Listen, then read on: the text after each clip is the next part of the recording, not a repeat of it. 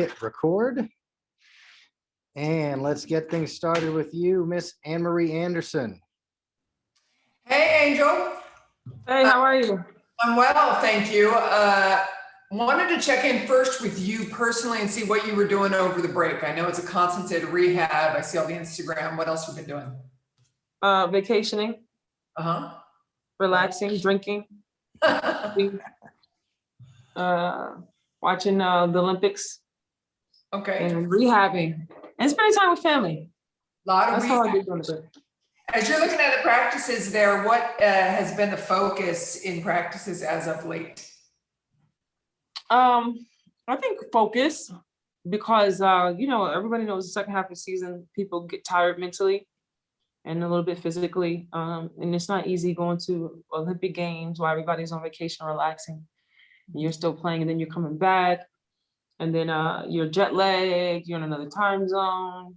Definitely not easy, but that's what you're called to do when you're just in such a high position. But I think it's more of the focus and the energy. Energy's been great in practice, because at the end of the day, it's going to be the same stuff over and over again. I've been doing this for 12 years, right? You're really learning stuff over and over again it's nothing new. I'll put it like that. It's the same stuff.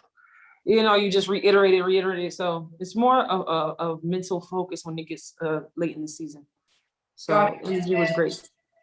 You had your dip into television in terms of analyst. How was that for you? You know what? It's funny how you can play in front of like 18,000 fans, 10,000 fans. Then you're sitting in the studio with just two other people, and your heart is pounding out your chest, and you're just nervous like never before. And so it was a new experience. I think as I got more games and more time to do it, I got more comfortable, but my heart was pounding. I had never been that nervous. So it was a new experience, and I like it. And it's talking about something that I'll enjoy doing. So I think that this may be something that I might venture into after basketball is over. And last thing for me, what was it like working with Carolyn Peck? Carolyn Peck! You know what? She is the best. She actually was giving me tips to make me feel uncomfortable. She's like, come on, you got this. I was like, no, Carolyn, I'm really nervous, but she was great. And I love how she just hits on some great points. It was like some controversy over the Olympics and who should have been on the team, and she just nailed everything. So you can just tell the experience is there, so she's great. Yes, she is. I agree. Thank you. Yeah. Thank you so much.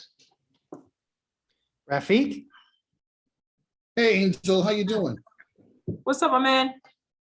Not much. I just want to ask you, for somebody who's actually won gold at the Olympics, how much do you enjoy watching this year's Olympic team for the women's side and the 3-on-3 roster take home the gold?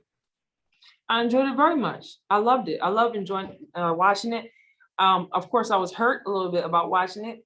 On the other side, it's like this: you're hurt because you're not there, but on the other side, you're so happy for everyone who is there, if that makes sense. My teammates having their first, I'm so ecstatic for them, to enjoy that experience, because I wish everybody can get that experience, but it hurts to sit there at home watching it when you know that you could be in there with them playing. That's the only, downside about it, but I enjoyed it though. And of course I enjoyed watching all the other sports as well, like track and field, swimming. And my favorite is, I don't know what you call it, but it's these, when they're in sync in the water and they're doing all this synchronized swimming. It's like, that's freaking amazing to me. So I actually enjoyed it a lot. Yeah, and a follow-up question. Before the Olympics, you had a chance to become an analyst on WWE Halftime Show and, of course, do a commentary for the All-Star Game. What was that experience like for you?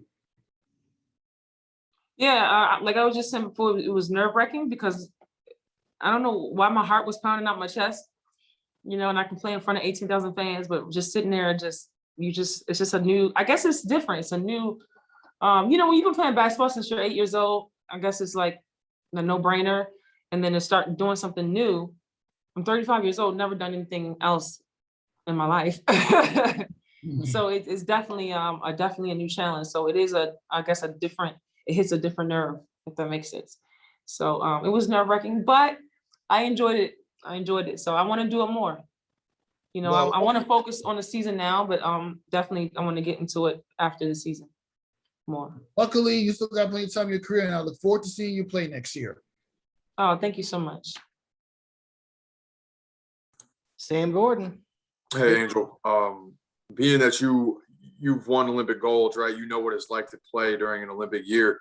How much more, I guess, physically taxing, or how much more mindful do you have to be in the second half of the season after the Olympic break, after dealing with, the travel, the wear and tear of playing Olympic games? Like, how does that compare to a non-Olympic year, or what the physical nature of a non-Olympic year is like?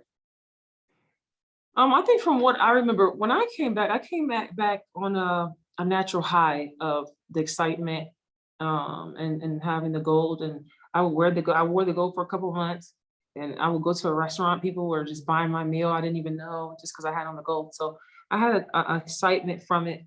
And I used that excitement for the second half of the season, where I played even better.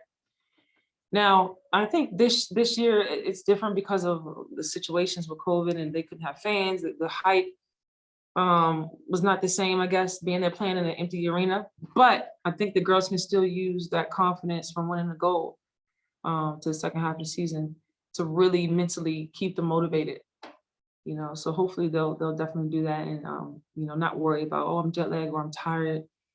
Just really don't have time for that right now. You can do that after the season, after you win. And to me, my goal was always, back when I was playing, I'm like, man, I have an opportunity I have a gold medal, and I have an opportunity to win a ring too. I can get both of those in the same year. Man, that's how I always thought about it. So hopefully the girls are like thinking like, wait a minute, I can get a gold and a championship ring in the same year.